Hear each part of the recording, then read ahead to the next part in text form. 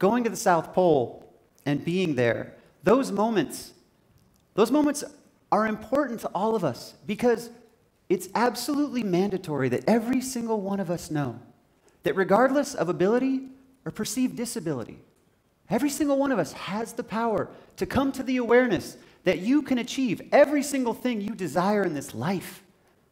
Now, I don't believe in coincidence. I think everything happens for us, not to us. No mistakes. Everything happens for a reason. As the architects of your own lives, you are obligated to create your own reality. No one will do this for you. This is the very bliss of the word freedom. We as masters of our own universes are completely at choice to decide when we plan, why we care, and how we execute. Now, do me this kindness. Hold an image in your head. Right now, I want you to think of the thing, person, place, or idea that stokes you the most. The very thing that if it were to happen or appeared right now in this moment, might just cause you to jump up and freak out. Think of what it looks like. Think of what it sounds like. Think of what it smells like. Now, if you're doing it right, take a look at what's happening to the skin on your arms. Goosebumps. These are the goosebumps of life. The signal our bodies send us when the zest of life's awesomeness is truly upon you. Now, probably no big deal, right? Just some texture on the skin, hair standing straight up. It's nothing. Just an old remnant from our animal ancestor days, thought to be unuseful in today's modern manscaped reality. Truth is, these goosebumps are an indicator. They're a guidance system. They're our rebel yell that you are architecting the right future, your future. Truth is, these goosebumps are proof that a higher voice within you is stoked on what you're doing, the things you're looking at, and the experiences you're choosing in life.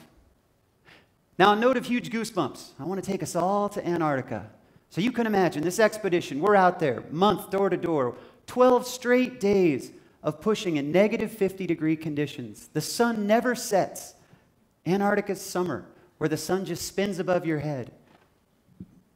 Unbelievable out there. 50 below, 10-hour-a-day workouts all day long, taking no breaks. Now, pushing every day. You can imagine, now as a skier and as people who know snow, skis slide on snow.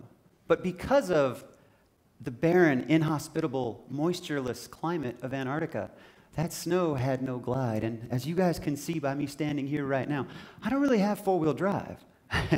So being out there on a continent that's 9,000-foot ice, just thick ice, 11,000-foot effective altitude, you can imagine every stroke was a full pull. And I had 225,000 strokes to put down in order to achieve my goal.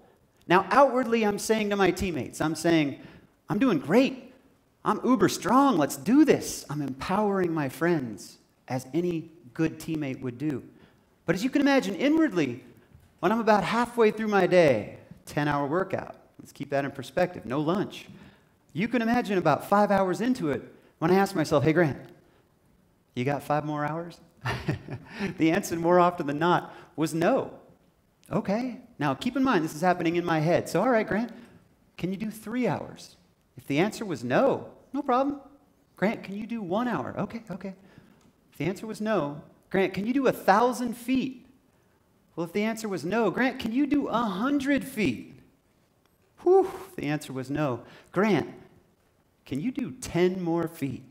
Well, yeah, of course. There's always 10 more feet. British Special Forces saying, there's always a little more.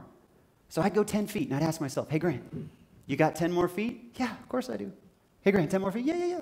10 more feet? Yeah. That's no problem. And 5 hours later, I'm still asking myself, hey, Grant, you got 10 more feet? You see, it's the summation of small goals that make up these incredibly large goals, the insurmountable.